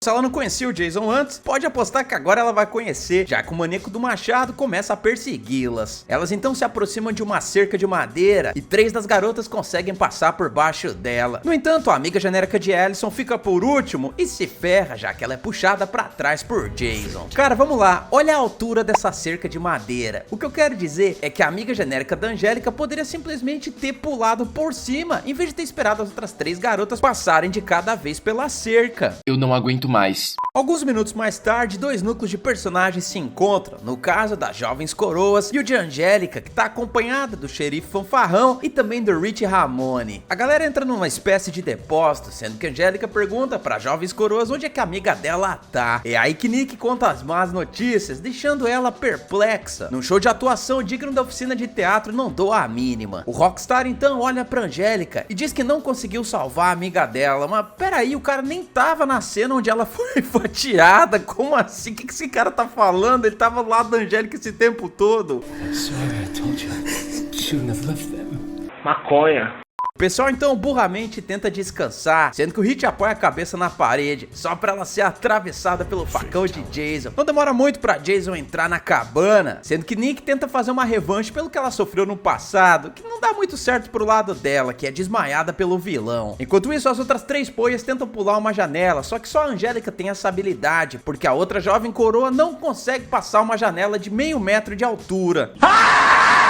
A Miss Haddonfield também aparece e xinga o Jason, que não gosta muito da boca suja e decide espremer a cabeça dela melhor do que o Michael Myers faria. A jovem coroa genérica teve todo esse tempo pra pular a porcaria da janela, mas por algum motivo ela não consegue. A Angélica fica ali bloqueando, gritando. Eu não sei muito bem o que o diretor queria fazer nessa cena, mas essa porcaria que a gente tem que ver. Enfim, a jovem coroa genérica é finalizada, deixando apenas vivos o xerife e a Angélica. Derrotar essa situação não deveria ter sido tão difícil assim, já que eles estavam numa casa de barcos, ou seja, dá pra ver que tem pelo menos 2 caiaques no local e também umas boias de salva-vida. Isso significa que deve ter um rio por perto, ou na pior das hipóteses, um lago. Afinal, eles estão em Crystal Lake. Sendo assim, eles poderiam ter usado esse equipamento pra atravessar, ficando assim o mais distante possível de Jason. Dane-se, porque quem acorda novamente é Nick, que vai pra cima de Jason. O problema é que ela não coloca muito esforço na parada e fica dando uns soquinhos idiotas no peito dele. Cansado da brincadeira, Jason amarra a garota com uma corda corda e a divide em dois com uma foice. Agora eu me pergunto, se o Jason tava na janela observando a Angélica escapar, significa que a foice deveria estar no chão. Portanto, a Nick poderia simplesmente ter pegado a ferramenta e passado na metade do Jason, que faria estrago suficiente pro cara parar de encher o saco. Dane-se, porque a Angélica e o xerife acabam se encontrando no meio da floresta e vem uma cabana com as luzes acesas. Adivinha quem que tá lá dentro? A gangue dos emos fãs do Fresno. O policial entra lá correndo e fala pra todo mundo se armar. No entanto, o pessoal não bota muita fé e duvida que a existência de Jason seja real. O Burukutu entra no local e todo mundo tenta ir pra cima dele, só que, cara, eles usam o pior plano possível. A gente tem a líder da gangue indo pra cima dele com uma faquinha, o que não dá em nada, ela é finalizada. Tem a Gavião Arqueira aí que começa a disparar umas flashes, mas aparentemente ela não é muito boa nessa arte. Tem a Tapada que fica no sofá simplesmente admirando o show e acaba sendo ferrada também. E por fim, um moleque dinâmico que, olha só, até encontra uma motosserra dentro da cabana, porém ele demora tanto pra aprender a usar o bagulho que ele vai de base pela própria arma. Agora eu me pergunto, se eles tinham uma motosserra com alto potencial de destruição, não era mais fácil o xerife ter usado a parada e pedido pros outros ramelões segurarem Jason ou pelo menos o distraírem pra que ele pudesse acertá-lo? Acho que não, porque ele e a Angélica preferem fazer outra coisa. Eles tentam sair pela porta dos fundos, só que a maçaneta sai da porta e os caras ficam lá tentando acoplar a maçaneta e girar. Só que, mano, tinha uma porcaria de uma janela quebrada bem do lado deles a menos de 20 centímetros que eles poderiam ter usado pra escapar. Meu Deus.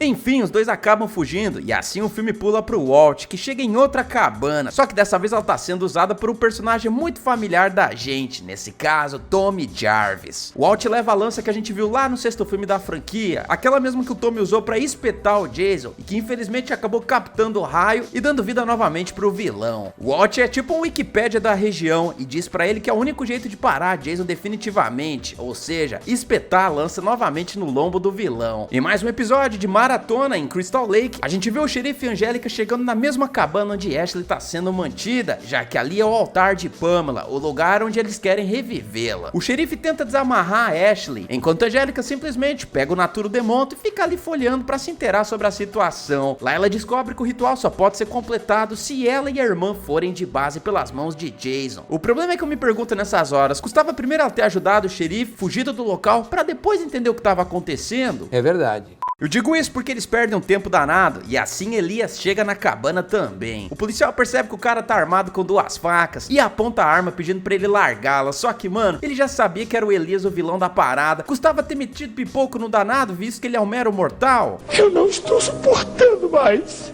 Dane-se, porque o cara arremessa uma das facas no peito do policial, o deixando caído por um momento. É aí que o bicho pega, porque o Elias vai pra cima dos três e o pessoal tem que lutar pela própria vida. Só que, mano, tem uma hora que o cara se distrai com o policial e Ashley chega e espeta uma faca nas costas do velho. Isso permite que os três consigam dominá-lo e eles então decidem fazer o quê? Jogar uma correntinha em cima do cara, nem mesmo se dando ao trabalho de amarrar a corda em volta do velho. Devido a isso, o cara acaba se livrando em 5 segundos e vai pra cima deles novamente. Mano, se o velho já tava caído e a Ashley tinha uma faca nas mãos, não era mais fácil ter finalizado o cara ali mesmo? Dane-se, porque Jason aparece e bloqueia a saída dos três. E é então que temos mais um episódio de trocação.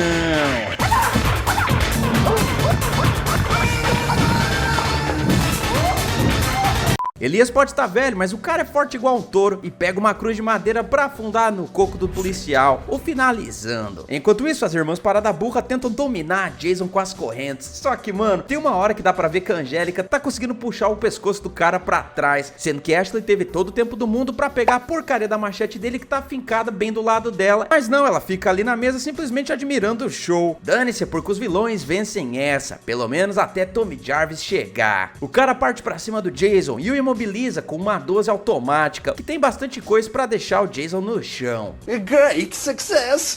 Elias tenta proteger o filho e vai pra cima de Tommy, que poderia muito bem ter dado um tiro no peito do cara, mas não, ele prefere usar a arma pra ficar dando coronhada na cabeça do outro velho. Como nem a própria Ashley tá aguentando esse filme, ela pega a cabeça de Pamela e aponta uma arma pra ela, dizendo que vai estourar qualquer chance do Jason rever a mamãe. Isso deixa o cara balançado, que deixa a família Jarvis sair da cabana. Quem não gosta nada disso é Elias, porque ele fala pro filho que a única coisa que tá entre ele e rever a mãe é a finalização das duas irmãs. No entanto, como a gente bem sabe, sabe, Jason não machuca garotos. Bom, com exceção do Tommy Jarvis no quarto filme que quase virou paçoca. O Elias enche tanto o saco do filho que nem o Jason aguenta, decidindo assim prensar o velho na parede e arrancar o coração dele. Cala a boca, tu é muito chato! Se você acha que a família Jarvis vai poder partir em segurança, pode pensar de novo, porque Ashley simplesmente sai do carro e entra na cabana novamente pra pegar o livro encapetado. Agora eu me pergunto, por que, se a própria irmã dela sabia o que os vilões queriam fazer? Tommy então vai atrás da filha caçula, porém Jason bloqueia o caminho dele. Infelizmente a parada vira o programa do ratinho por aqui, já que a Angélica começa a tirar uns bifinhos do corpo de Jason, a outra garotinha dinâmica vai por trás dele, deixando assim o campo livre pra Tommy pegar a lança e enfiar no peito de Jason, que olha só, absorve outro raio, dessa vez finalizando o vilão de uma vez por todas. No final do filme a gente vê a família Jarvis prestando as condolências a Jason no cemitério, já que ele foi enterrado do lado de sua mãe. Agora, por que eles perderam tempo e dinheiro fazendo isso? Eu não tenho a mínima ideia. Enfim, a gente vê Tommy abraçando as garotas e partindo de Crystal Lake. Graças a Deus a gente não vai ter um terceiro filme dessa parada aqui. Amém.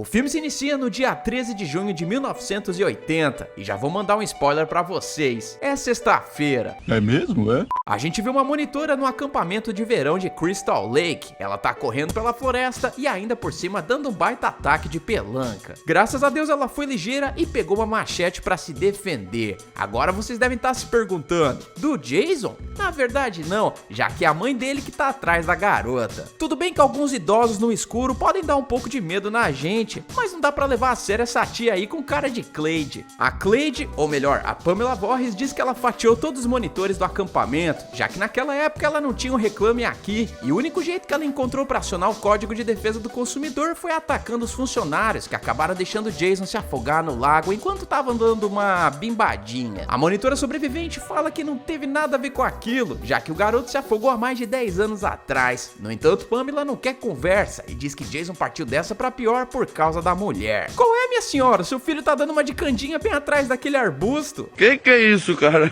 O que está acontecendo aqui? Dane-se, porque a monitora não vê outro jeito a não ser tramontinar a cabeça de Pamela bem na hora que a véia doida cai pra cima dela. A nossa heroína então dá no pé, e agora Jason descobriu da pior forma que terá que trabalhar se não quiser morrer de fome. O moleque se aproxima do presunto da mãe e pega um colar com a foto dos dois. 29 anos depois nós conhecemos um grupo de jovens com excesso de hormônio e nada de neurônio, porque eles decidem acampar onde? Nos arredores do acampamento de Crystal Lake. Por quê? Por quê? Por quê?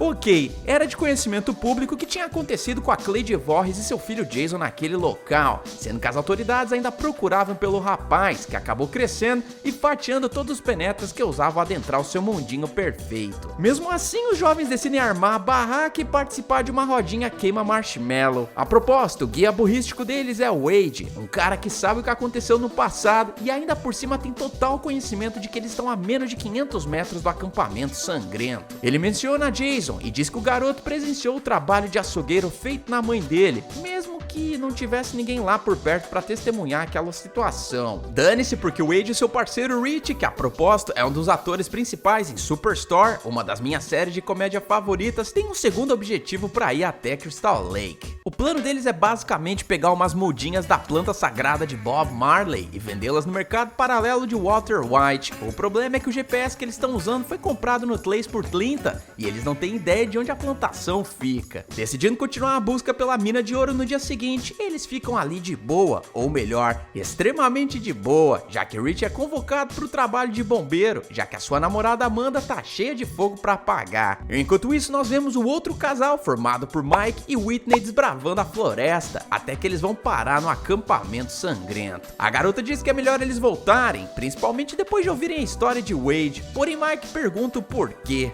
Tá com medo de quê? Cara, vocês acabaram de ouvir um relato de um maníaco tramontinando um monte de gente no lugar que vocês querem entrar. Se isso não é motivo pra não continuar o passeio, eu realmente não sei qual é. Ok, nesse momento eles deveriam ter dado meia volta e ficado junto do grupo, onde eles tinham luz e recursos pra se defender, ou pelo menos pra fugir caso necessário. Esquece isso, porque eles entram em uma das cabanas e acabam dando de cara com o colar pego por Jason décadas atrás. Mike brinca com o achado e fala que Whitney lembra as feições de Pamela e diz pra garota guardar o colar com a foto de uma desgraça feia dessas. Mal sabia Whitney que essa missão sangue iria salvar sua vida. Enquanto isso, vemos Wade tomando a iniciativa e se aventurando pelos campos da marola, finalmente localizando a plantação. O problema é que o dono da boca agora é Jason, e ele não deixa o Wade dar uma de Zé Pequeno pra cima dele e pegar o que é do cara, ultramontinando bem na hora. Ok, ter sobrevivido a esse embate seria muito simples, caso o Wade não fosse burro de entrar em Crystal Lake totalmente despreparado, e pior, com a audição bloqueada pela música que ele tá ouvindo no fone. Outra coisa, eu agora vou pedir pro editor dar um reverse nesse vídeo. Vamos analisar por onde os nossos nada carismáticos personagens vieram. Olha essa estrada de terra, você pode claramente perceber marcas de pneus na trilha, o que significava que carros passavam por lá frequentemente, ou seja, o grupo aí poderia ter ido até lá de carro. Depois disso, era só ter esperado o GPS atualizar, localizar a plantação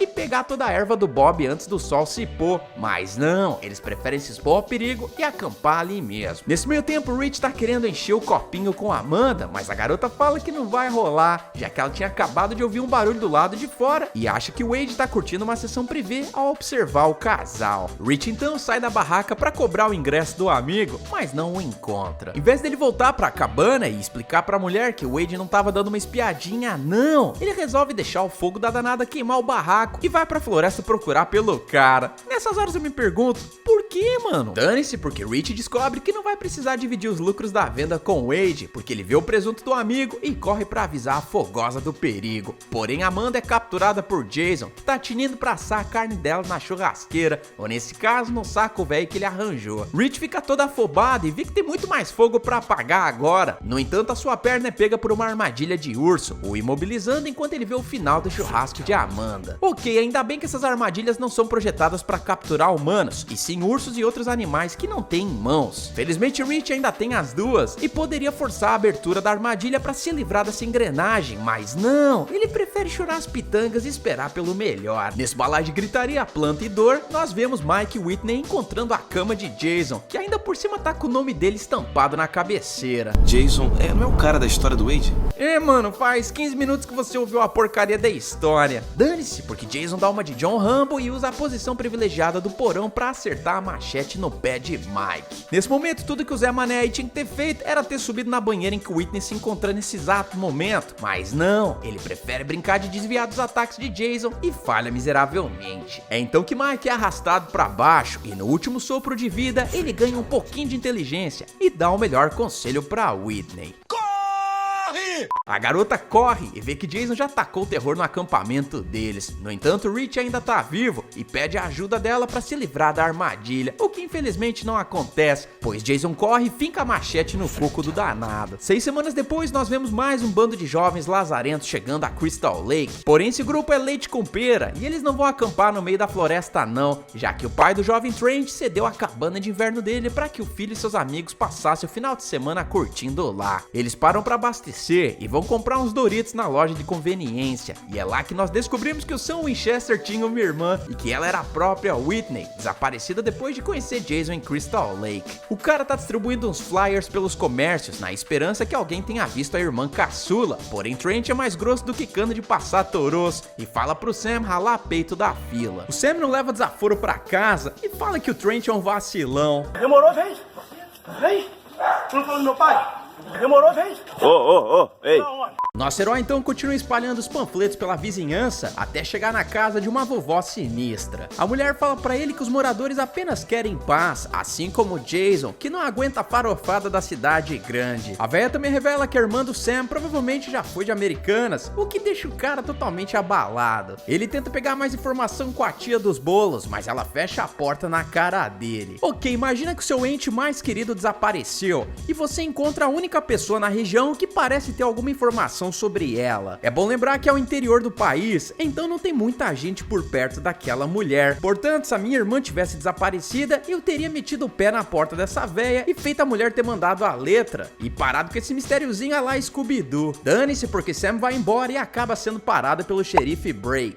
O cara diz que fez o que pôde para encontrar a irmã de Sam, porém a teoria do policial é que Whitney fugiu com o namorado. Sam, no entanto, diz que isso não é possível, já que a irmã caçula cuidava da mãe deles, que era doente doente e foi a mulher que praticamente obrigou Whitney a sair de casa e curtir um final de semana com os amigos. Enquanto isso, nós conhecemos mais dos universitários prestígio negativo, já que tem o cover barato do Pyong Lee, que bebe tequila dentro do sapato mofado dele.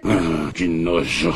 Temos também o casal metelão, que só pensa naquilo, o aspirante a rapper, que tanto faz, tanto fez pra trama, e essa loira fogosa que quer furar o olho da inocente Gemma, porque ela tá tentando laçar o Trent leite com pera. Quem bate na casa do loiro encebado pra distribuir mais alguns panfletos é o próprio Sam, que é admirada por Gemma, já que a garota aparentemente curte caras mais altos que o Trent. Não gostaria de entrar e tomar uma xícara de café? Ela convida o Sam pra tomar uma gelada, mas Trent não gosta nada disso e manda o caçador sobrenatural ralar o peito da casa dele. No entanto, o Sam já perdeu as estribeiras com o Playboy e intima o cara, perguntando se ele tem coragem de expulsá-lo da propriedade. Gemma então fica no meio dos dois machos e se voluntaria pra vasculhar o outro lado do lago com um galã motoqueiro, que obviamente aceita a companhia da beldade. Enquanto isso, a gente vê um caipira da região tomando o patrimônio de Jason, já que o danado andou pegando umas mudinhas da planta do Bob sem a permissão do mascarado, o que faz Jason ir pegar a mercadoria de volta. Tá bom, essa última parte eu menti, porque na verdade o querosene tá desaparecendo da região e por algum motivo o Jason precisa dessa parada. Enfim, os dois saem no fight e o caipira consegue arrancar o saco de batata da cara de Jason, percebendo o quanto ele é feio. Jason então pega ar e finaliza o trombadinha, e é aí que ele vê algo bem emblemático atrás do espelho, a clássica máscara de hóquei da qual ele logo se apropria. Enquanto isso, nós vemos o casal metelão se aventurando pelo Crystal Lake, já que o loiro encebado número 2 acaba pegando a lancha do loiro encebado número 1 e leva sua parceira para praticar esportes radicais. A mulher tá se divertindo, mas ela aparentemente não é muito boa nisso, porque ela cai batendo a cara na água. É então que o loiro encebado número 2 dá a meia volta, porém ele logo se dá conta que esses foram os últimos melões que ele viu,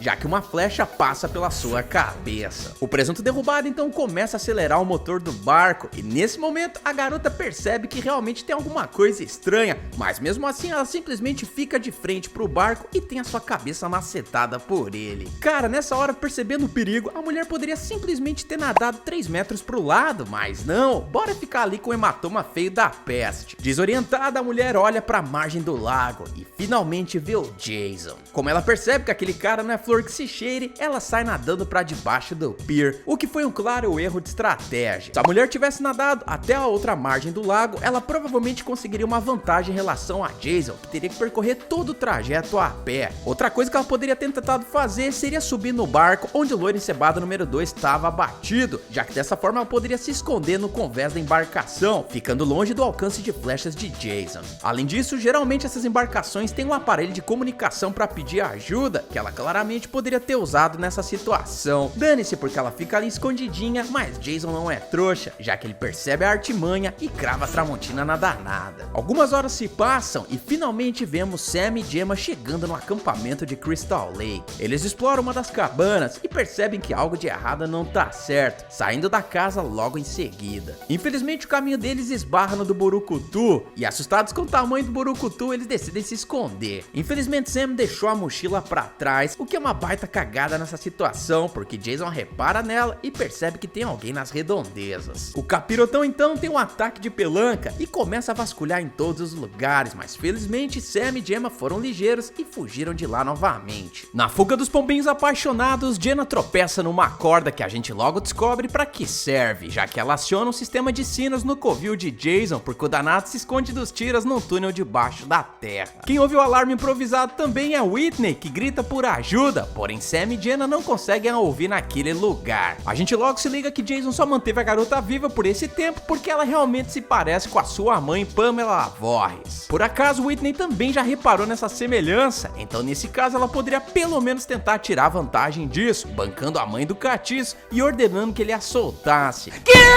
Ô, seu desgraçado! E tu fica nessa onda aí, respondendo tua mãe, se dizendo que é adulto, sua mãe e seus pais fazer o melhor pra você, e você fazer isso na rua? Isso é bem melhor do que ficar chorando as pitangas no canto escuro de seus aposentos. Dane-se, porque enquanto isso, no barraco de Trent, vemos Bree dançando no meio da sala por motivo nenhum, o que acaba deixando o Pyong-lee tinindo pra conquistar a beldade. Ele então prepara a sua melhor cartada chavecal, mas se atrapalha e acaba quebrando a cadeira milionária de Trent. Você quebrou a cadeira do meu pai! Isso é herança de família!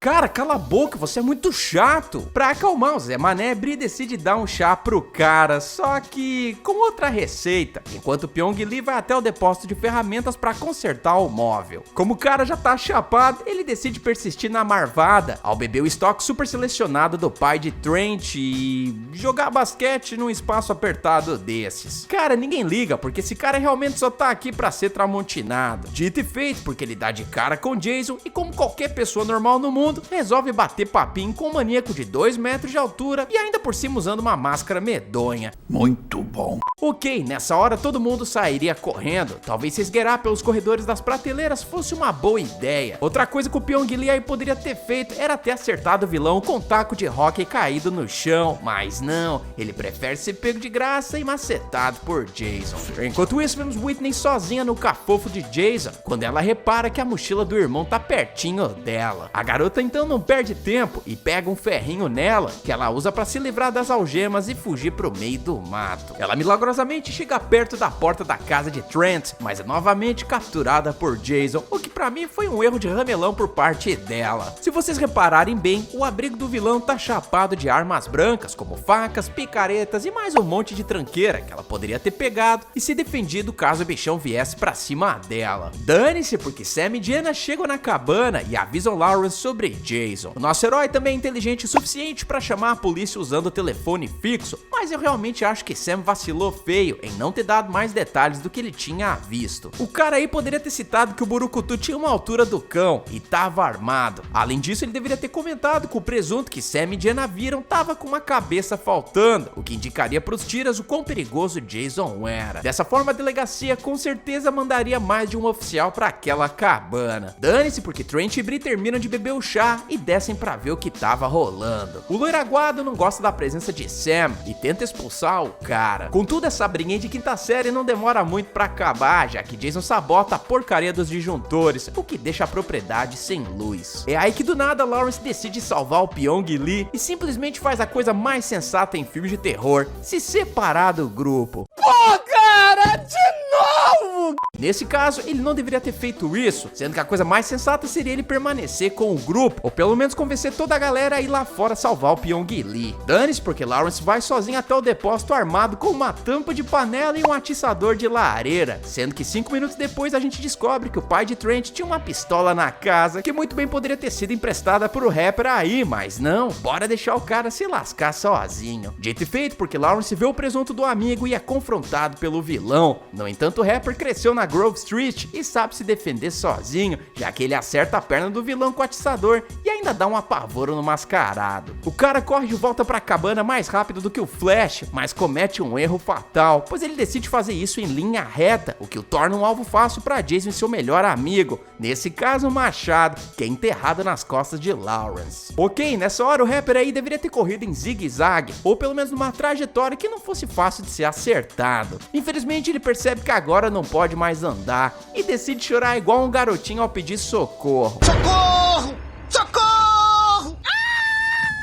Como o pessoal dentro da casa realmente não era amigo dele, ninguém faz nada, e Trent percebe que vai ter que apelar, correndo pra pegar a arma do pai enquanto é seguido por Bree. Só que, mano, do nada, a mulher decide entrar num cômodo que tá com a janela aberta, ou seja, tá praticamente evidente que Jason conseguiu entrar na casa. Sendo assim, ela deveria ter dado meia volta e se reunido com Sam e Jenna na sala, mas não, ela decide entrar no local e inspecionar o banheiro pra ver se achava o vilão. Isso não faz o menor sentido. Ok, digamos que Jason estivesse atrás da cortina do banheiro. O que raios ela poderia fazer pra finalizar o vilão? Dane-se, porque ela é pega pela retaguarda e é colocada num prendedor de toalhas instalado atrás da porta. Nesse meio tempo, Trent finalmente carrega a parada e encontra Sam e Jenna. Só que o problema é que o Zé Mané é tão bom atirador quanto eu sou cantor. Ou seja, o cara atira pra tudo quanto é lugar, menos na direção de Jason tá. É aí que o xerife chega no rolê pra ajudar os jovens, porém mal ele bate na porta, Jason já pula atrás dele e o final realiza sem dó. O pessoal então prefere optar pela pior escolha que eles poderiam fazer. Nesse caso, sai correndo pro meio da floresta, o que eu realmente não faria. Primeiro, não dá pra enxergar porcaria nenhuma. E segundo, eles não têm um abrigo pra proteger as costas caso Jason dispare uma flecha ou decida arremessar seu machado. Portanto, eles deveriam ter ficado dentro da casa, de preferência num cômodo que tivesse uma parede atrás deles, como o canto da sala, por exemplo. Depois disso, bastava que Trent ficasse apontando a arma pro resto do cômodo e atirasse ao menor sinal de Jason na sala. Dane-se, porque eles logo percebem que os carros foram sabotados, o que inclui o veículo da polícia, já que Jason ainda destruiu o rádio sem o qual eles não conseguem pedir ajuda. Sabe o que é pior? É que o Sam entrou com Jenna pra dentro da casa 10 minutos antes e o cara não teve a capacidade de tirar a chave da ignição da própria moto. Cara, eu sei que eles estão em pânico, mas o Jason nem tava atrás da dupla quando eles fugiram de Crystal Lake, portanto Sam tinha todo o tempo do mundo pra pegar a chave e levar ela pra dentro da casa. Eu digo isso porque o mascarado sumiu com a porcaria da chave e agora eles vão ter que ficar a pé. Enfim, Jenna e Sam correm pra um lado e o Trent Firulinha vai pro outro. É aí que o Loricebado aprende o que é andar a pé, o que ele aparentemente não sabe fazer muito bem, porque o danado consegue tropeçar e derrubar a arma no riacho, perdendo assim o único jeito dele se defender. Felizmente uma caminhonete para pra oferecer carona, mas Trent desconfia que possa ser Jason, então ele fica ali andando a menos 2 km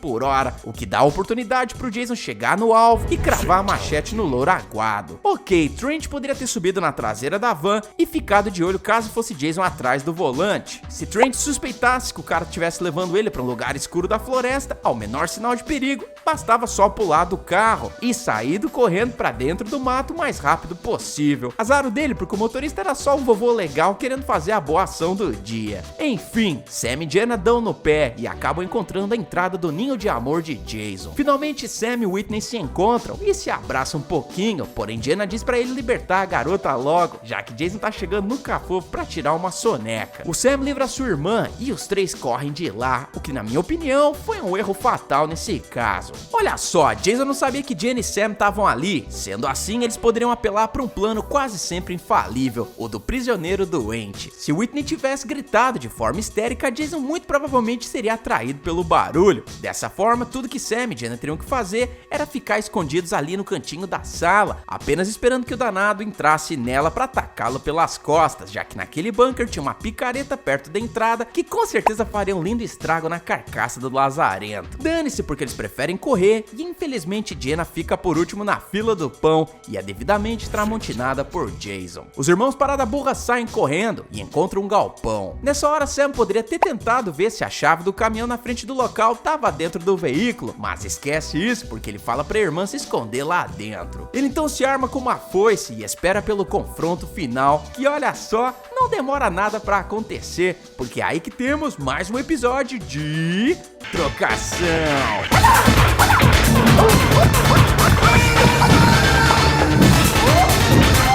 Sam ainda não tinha tomado o suco de Supernatural pra botar aquele shape de respeito, então ele apanha igual um condenado. O cara só não vira marmita porque Whitney sai do seu esconderijo e se passa por Pamela Voorhees, distraindo o vilão que é laçado por uma corrente e empurrado pelos dois pra dentro de um triturador. Qualquer semelhança com o final de Pânico na Floresta 2 é mera coincidência. O vilão começa a ser puxado pelo equipamento rotativo e é aí que Whitney decide dar uma de mãe atenciosa, falando pra ele não esquecer o seu brinquedo favorito. Nesse caso, a sua bela tramontina, que a mulher gentilmente crava no peito do filho adotivo. É então que um novo dia se inicia, e por algum motivo que não faz o menor sentido na trama, Sam arrasta o marombeiro do submundo por toda a floresta até o pier de madeira do lago para fazer um funeral pra Jason. O quê?